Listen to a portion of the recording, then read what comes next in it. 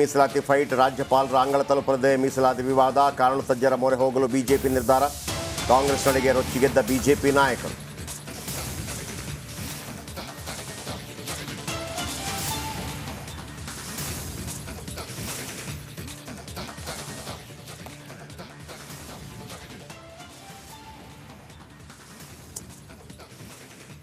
ಸಂಸದರಾಗಿರುವಂಥ ರಾಘವೇಂದ್ರ ಅವರು, ಶಿವಮೊಗ್ಗ ಸಂಸದರಾಗಿರುವಂಥ ರಾಘವೇಂದ್ರ ಅವರು ನಮ್ಮೊಂದಿಗೆ ನೇರ ಸಂಪರ್ಕದಲ್ಲಿದ್ದಾರೆ ದೆಹಲಿಯಿಂದ. ರಾಘವೇಂದ್ರ ಅವರು ನಮಸ್ಕಾರ, ಗುಡ್ ಮಾರ್ನಿಂಗ್.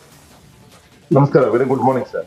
ಚೆನ್ನಾಗಿದ್ದೀರಿ ಸರ್? ಚೆನ್ನಾಗಿದ್ದೀನಿ ಸರ್. ಭಾಳ ಮುಖ್ಯವಾಗಿ ಮುಸ್ಲಿಂ ಮೀಸಲಾತಿ ಫೈಟ್ ವಿಚಾರಕ್ಕೆ ಸಂಬಂಧಪಟ್ಟ ಹಾಗೆ ಈ ಹಿಂದೆ ಈಗ ತಮಿಳುನಾಡಿನಲ್ಲಿ 3.5% ಇದೆ ಅಂತಿದೆ. ಆಮೇಲೆ ಈ ಹಿಂದೆ ಆಂಧ್ರ ಪ್ರದೇಶದಲ್ಲಿ ರಾಜಶೇಖರ್ ರೆಡ್ಡಿ ಅವರು ಈ ಮೀಸಲಾತಿಯನ್ನು ಕೊಡೋಕೆ ಹೋದಾಗ ಅಲ್ಲಿ ಹೈಕೋರ್ಟ್ ಅವರ ಮೇಲೆ ಚಾಟಿ ಬೀಸಿತ್ತು, ಕೊಡುವಂಗಿಲ್ಲ ಅಂತೇಳಿ. ಆಮೇಲೆ 2011ರಲ್ಲಿ ಐ ಥಿಂಕ್ ಮನಮೋಹನ್ ಸಿಂಗ್ ಅವರು ಪ್ರಧಾನಿಯಾಗಿದ್ದಾಗ ವಿಶೇಷ ಮೀಸಲಾತಿ ಕೊಡುವಂಥ ಸಂದರ್ಭದಲ್ಲಿ ಜಸ್ಟಿಸ್ ಸಾಚಾರ್ ಅವರು ಅದಕ್ಕೆ ತೀವ್ರ ವಿರೋಧವನ್ನು ವ್ಯಕ್ತಪಡಿಸ್ತಾರೆ. ಈಗ 4% ಕೊಟ್ಟಿರುವಂಥದ್ದು ಒಂದು ಕಡೆ ಬಿ ಜೆ ಪಿ ಹೇಳ್ತಾ ಇರುವಂಥದ್ದು ಅದು ಸಂವಿಧಾನ ಬಾಹಿರ, ಆ ರೀತಿ ಅವಕಾಶನೇ ಇಲ್ಲ ಅಂಥೇಳಿ. ಈಗ ಸಿದ್ದರಾಮಯ್ಯನವರು ರಾಜಕೀಯವಾಗಿ ಏನೋ ಸೈದ್ಧಾಂತಿಕವಾಗಿ ವಿರೋಧಗಳಿರ್ಬೋದು, ಆದರೆ ಒಂದು ಸಂವಿಧಾನದ ಜ್ಞಾನ ಅಪಾರವಾಗಿರುವಂಥ ವ್ಯಕ್ತಿ ಸಿದ್ದರಾಮಯ್ಯನವರು.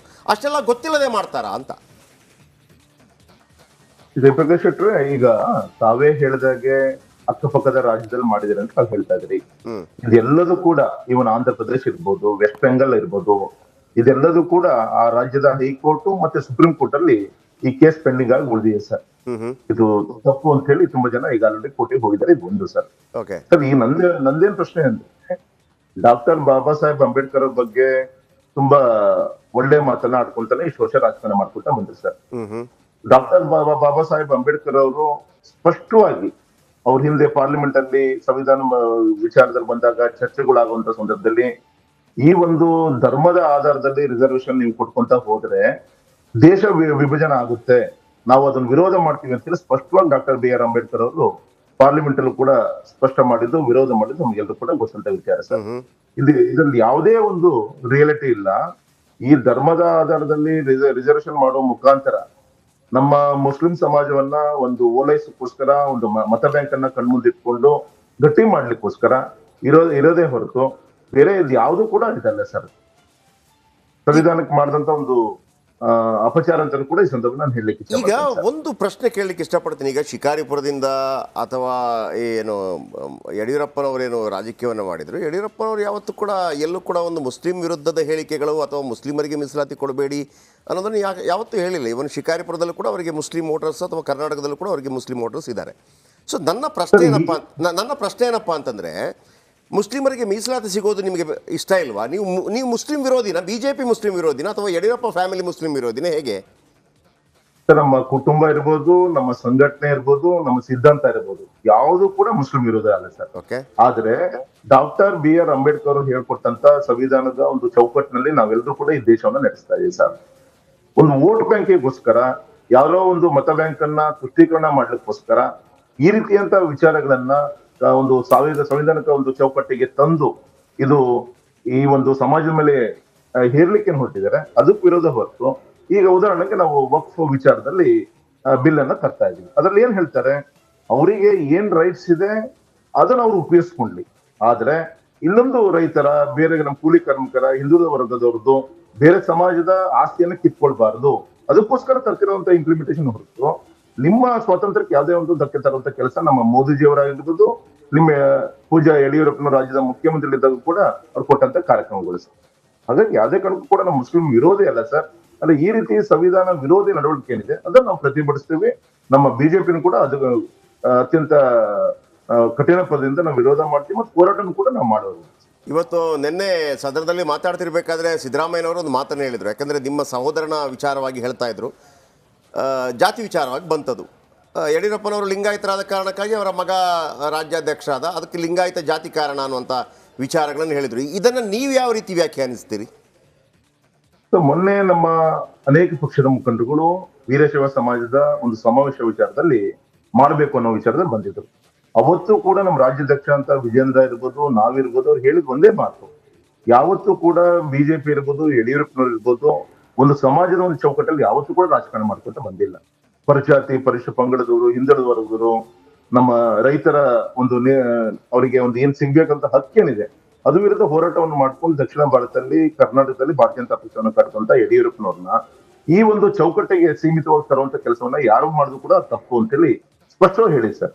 ಹಾಗಾಗಿ ಸನ್ಮಾನಿಸಿದ ಯಡಿಯೂರಪ್ಪನವರು ಕೂಡ ತನ್ನ ರಾಜಕೀಯ ಜೀವನವನ್ನ ಜೀತದಾಳುಗಳ ಹೋರಾಟ ಇರ್ಬೋದು, ಪಾದಯಾತ್ರೆ ಇರ್ಬೋದು, ಬಗುರುಕು ವಿಚಾರಗಳು ಇರ್ಬೋದು, ಇದ್ರ ಮುಖಾಂತರ ಸಂಘಟನೆ ಕಟ್ಟಿದೆ ಹೊರತು ಯಾವುದೋ ಒಂದು ಸಮಾಜದ ಒಂದು ಚೌಕಟ್ಟನ್ನು ಕಟ್ಟುವಂತ ಕೆಲಸವನ್ನ ಮಾಡಿಲ್ಲ. ಹಾಗಾಗಿ ಗೌರವಾನ್ವಿತ ಸಿದ್ದರಾಮಯ್ಯನವರು ಯಾಕೆ ಇಷ್ಟು ವರ್ಷದ ಮೇಲೆ, ಯಾಕೆಂದ್ರೆ ಗೌರವಾನ್ವಿತ ಸಿದ್ದರಾಮಯ್ಯವ್ರ ಬಗ್ಗೆ ನಮಗೂ ಕೂಡ ಗೌರವ ಇದೆ. ಪೂಜಾ ನಮ್ಮ ತಂದೆಯವರ ಹುಟ್ಟಿದಬ್ಬದ ಸಂದರ್ಭದಲ್ಲೂ ಕೂಡ ಬಂದು ಹಾರೈಸುವುದಂತ ಅವರು ಹಿರಿಯರು. ಆದ್ರೆ ಅಂತವ್ರ ಬಾಯಲ್ಲಿ ಈ ರೀತಿಯಂತ ಮಾತು ವಿಧಾನಸಭೆಯಲ್ಲಿ ಬಂದಿದ್ದು ನಮಗೆಲ್ಲರೂ ಕೂಡ ನೋವನ್ನು ತರಿಸುತ್ತೆ. ಇತ್ತೀಚೆಗೆ ಒಂದು ಯಾಕಂದರೆ ಈಗ ನೀವು ಹೇಳಿದ್ರಿ ಜೀತದಾಳುಗಳ ಪರವಾಗಿ ಬಗರು ಹುಕುಂ ಪರವಾಗಿ ಹೋರಾಟ ಮಾಡಿದರು ಯಡಿಯೂರಪ್ಪನವರು, ಮತ್ತೊಂದು ಮಗದೊಂದು. ಅದರ ಜೊತೆಗೆ ಲಿಂಗಾಯತರ ದೊಡ್ಡ ನಾಯಕ ಅನ್ನೋದರಲ್ಲಿ ಗುರುತಿಸ್ಕೊಂಡಿದ್ದಾರೆ, ಅದು ಸಾಬೀತು ಕೂಡ ಆಗಿದೆ. ಆದರೆ ಇತ್ತೀಚೆಗೆ ಮೊನ್ನೆ ಬಸನಗೌಡ ಪಾಟೀಲ್ ಯತ್ನಾಳ್ ಅವರು ಒಂದು ಬಾಂಬ್ ಸಿಡಿಸಿದ್ರು, ಭಾಳ ಆಶ್ಚರ್ಯ ಆಗಿತ್ತು. ಯಾಕಂದರೆ ಅದರ ಬಗ್ಗೆ ಯಾರು ಪ್ರತಿಕ್ರಿಯೆ ಕೊಡಲಿಲ್ಲ, ಅಥವಾ ಲಿಂಗಾಯತ ಸಮುದಾಯ ಕೂಡ ಪ್ರತಿಕ್ರಿಯೆ ಕೊಡಲಿಲ್ಲ. ನನಗೆ ಭಾಳ ಆಶ್ಚರ್ಯ ಆಯಿತು. ಏನಂತಂದರೆ ಲಿಂಗಾಯತರೇ ಅಲ್ಲ ಅವರು, ಬೇಕಿದ್ರೆ ನೋಡಿ ನೀವು ಬುಕ್ಕನಕೆರೆಗೆ ಹೋಗ್ಬಿಟ್ಟು ಅಲ್ಲಿ ಅಟೆಂಡೆನ್ಸನ್ನು ನೋಡಿ, ಅಲ್ಲಿ ಗೊತ್ತಾಗತ್ತೆ ಅಂತ ಬಸನಗೌಡ ಪಾಟೀಲ್ ಯತ್ನಾಳ್ ಅವರು ಹೇಳಿದರು. ಒಂದು ಇದಕ್ಕೆ ಯಾವುದೇ ರೀತಿಯ ಪ್ರತಿಕ್ರಿಯೆ ಬರಲಿಲ್ಲ. ಆಮೇಲೆ ಲಿಂಗಾಯತ ಸಮುದಾಯ ಅಂತಂದರೆ ಈಗ ಏನು ಶಾಮನೂರು ಶಿವಶಂಕರಪ್ಪ ಅವರಿದ್ದಾರೆ, ಅಖಿಲ ಭಾರತ ವೀರಶೈವ ಮಹಾಸಭಾ ಎಲ್ಲ ಇದೆ, ಅದರ ಬಗ್ಗೆ ಯಾವುದೇ ಒಂದು ಪ್ರತಿಕ್ರಿಯೆಗಳಾಗಲೇ ಇಲ್ಲ. ಯಾಕೆ ಹೀಗೆ ಅಂತ? ಸರಿ ಇದೆ ಸರ್, ತಾವು ಹೇಳೋದು ಸರಿ ಇದೆ. ಆದ್ರೆ ಆ ಪ್ರತಿಕ್ರಿಯೆ ಕೊಡುವಷ್ಟು ತೂಕ ಇರುವಂತ ಮಾತು ಅಂತ ಯಾಕೆ ಸಮಾಜಕ್ಕೆ ಅನ್ಸಿಲ್ಲ ಅಂತ ಅನ್ಸುತ್ತೆ ನನಗೆ. ಏನೋ ಇದು ಹಾಗಾಗಿ ಇದೆ. ಯಾಕಂದ್ರೆ ಪ್ರಪಂಚಕ್ಕೆ ಗೊತ್ತಿದೆ ಯಡಿಯೂರಪ್ಪನವ್ರು ಯಾರು, ಏನು, ಯಾವ್ಯಾವ ಸಂದರ್ಭದಲ್ಲಿ ನಮ್ಮ ಮಠ ಮಂದಿರಗಳ ಒಂದು ಏಳಿಗೆಗೋಸ್ಕರ ಕೈ ಜೋಡಿಸಿದ್ದಾರೆ. ಹಾಗಾಗಿ ನಾನೇ ಯಡಿಯೂರಪ್ಪ ಮತ್ತೆ ಇನ್ನೊಂದ್ಸತಿ ಹೇಳ್ಕೊಳ್ಳೋಂತ ಅವಶ್ಯಕತೆ ಇಲ್ಲ ಸಮಾಜಕ್ಕೂ ಗೊತ್ತಿದೆ. ಹಾಗಾಗಿ ಸಮಾಜ ಇದನ್ನ ನೆಗ್ಲೆಕ್ಟ್ ಮಾಡಿದೆ ಅಂತ ಹೇಳಿ. ಅಂದ್ರೆ ನಿಮ್ಮದೇ ಪಕ್ಷದ ನಾಯಕ ಬಸನಗೌಡ ಪಾಟೀಲ್ ಯತ್ನಾಳ್ ಅವರ ಮಾತನ್ನ ಗಂಭೀರವಾಗಿ ತೆಗೆದುಕೊಳ್ಬೇಡಿ ಅಂತ ಹೇಳ್ತಾ ಇದ್ದೀರಾ ನೀವು? ರಿಯಲಿ ಈ ಮಾತಲ್ಲಿ ಈ ವಿಚಾರವನ್ನ ನಾನ್ ಹೇಳ್ತಾ ಇಲ್ಲ. ಇದು ಏನು ಯಾರು ಕೂಡ ಪ್ರತಿಕ್ರಿಯೆ ಕೊಟ್ಟಿಲ್ಲ ಅಂದ್ರೆ ಇದರ ಅರ್ಥ ಸಮಾಜ ಈ ಮಾತನ್ನ ಗಂಭೀರವಾಗಿ ತೆಗೆದುಕೊಳ್ಬೇಕು ಅಂತ ಹೇಳಿ ಸಮಾಜ ಉತ್ತರ ಕೊಟ್ಟಿದೆ ಅಂತ ನಾನು.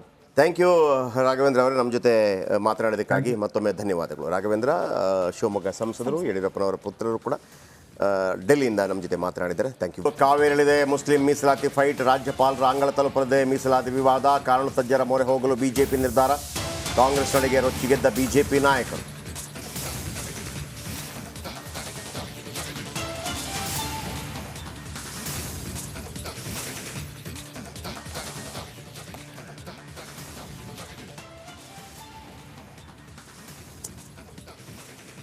ಸಂಸದರಾಗಿರುವಂಥ ರಾಘವೇಂದ್ರ ಅವರು, ಶಿವಮೊಗ್ಗ ಸಂಸದರಾಗಿರುವಂಥ ರಾಘವೇಂದ್ರ ಅವರು ನಮ್ಮೊಂದಿಗೆ ನೇರ ಸಂಪರ್ಕದಲ್ಲಿದ್ದಾರೆ ದೆಹಲಿಯಿಂದ.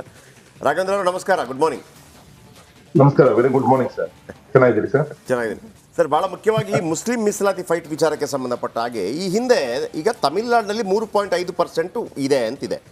ಆಮೇಲೆ ಈ ಹಿಂದೆ ಆಂಧ್ರ ಪ್ರದೇಶದಲ್ಲಿ ರಾಜಶೇಖರ್ ರೆಡ್ಡಿ ಅವರು ಈ ಮೀಸಲಾತಿಯನ್ನು ಕೊಡೋಕೆ ಹೋದಾಗ ಅಲ್ಲಿ ಹೈಕೋರ್ಟ್ ಅವರ ಮೇಲೆ ಚಾಟಿ ಬೀಸಿತ್ತು, ಕೊಡೋಂಗಿಲ್ಲ ಅಂತೇಳಿ. ಆಮೇಲೆ 2011ರಲ್ಲಿ ಐ ಥಿಂಕ್ ಮನಮೋಹನ್ ಸಿಂಗ್ ಅವರು ಪ್ರಧಾನಿಯಾಗಿದ್ದಾಗ ವಿಶೇಷ ಮೀಸಲಾತಿ ಕೊಡುವಂಥ ಸಂದರ್ಭದಲ್ಲಿ ಜಸ್ಟಿಸ್ ಸಾಚಾರ್ ಅವರು ಅದಕ್ಕೆ ತೀವ್ರ ವಿರೋಧವನ್ನು ವ್ಯಕ್ತಪಡಿಸ್ತಾರೆ. ಈಗ 4% ಕೊಟ್ಟಿರುವಂಥದ್ದು ಒಂದು ಕಡೆ ಬಿ ಜೆ ಪಿ ಹೇಳ್ತಾ ಇರುವಂಥದ್ದು ಅದು ಸಂವಿಧಾನ ಬಾಹಿರ, ಆ ರೀತಿ ಅವಕಾಶನೇ ಇಲ್ಲ ಅಂಥೇಳಿ. ಈಗ ಸಿದ್ದರಾಮಯ್ಯನವರು ರಾಜಕೀಯವಾಗಿ ಏನೋ ಸೈದ್ಧಾಂತಿಕವಾಗಿ ವಿರೋಧಗಳಿರ್ಬೋದು, ಆದರೆ ಒಂದು ಸಂವಿಧಾನದ ಜ್ಞಾನ ಅಪಾರವಾಗಿರುವಂಥ ವ್ಯಕ್ತಿ ಸಿದ್ದರಾಮಯ್ಯನವರು, ಅಷ್ಟೆಲ್ಲ ಗೊತ್ತಿಲ್ಲದೆ ಮಾಡ್ತಾರಾ ಅಂತ? ಜಯಪ್ರಕಾಶ್ ಶೆಟ್ಟರೆ, ಈಗ ತಾವೇ ಹೇಳಿದಾಗೆ ಅಕ್ಕಪಕ್ಕದ ರಾಜ್ಯದಲ್ಲಿ ಮಾಡಿದಿರಿ ಅಂತ ತಾವು ಹೇಳ್ತಾ ಇದ್ರಿ. ಇದೆಲ್ಲದೂ ಕೂಡ ಇವನ್ ಆಂಧ್ರ ಪ್ರದೇಶ ಇರ್ಬೋದು, ವೆಸ್ಟ್ ಬೆಂಗಾಲ್ ಇರ್ಬೋದು, ಇದೆಲ್ಲದೂ ಕೂಡ ಆ ರಾಜ್ಯದ ಹೈಕೋರ್ಟ್ ಮತ್ತೆ ಸುಪ್ರೀಂ ಕೋರ್ಟ್ ಅಲ್ಲಿ ಈ ಕೇಸ್ ಪೆಂಡಿಂಗ್ ಆಗಿ ಉಳಿದಿದೆ ಸರ್. ಇದು ತಪ್ಪು ಅಂತ ಹೇಳಿ ತುಂಬಾ ಜನ ಈಗ ಆಲ್ರೆಡಿ ಕೋರ್ಟಿಗೆ ಹೋಗಿದ್ದಾರೆ. ಇದು ಒಂದು ಸರ್. ಸರ್, ಈ ನಂದೇನ್ ಪ್ರಶ್ನೆ ಅಂದ್ರೆ, ಡಾಕ್ಟರ್ ಬಾಬಾ ಸಾಹೇಬ್ ಅಂಬೇಡ್ಕರ್ ಅವ್ರ ಬಗ್ಗೆ ತುಂಬಾ ಒಳ್ಳೆ ಮಾತನ್ನ ಆಡ್ಕೊಳ್ತಾನೆ ಇಷ್ಟು ವರ್ಷ ರಾಜಕಾರಣ ಮಾಡ್ಕೊಳ್ತಾ ಬಂದ್ರಿ ಸರ್.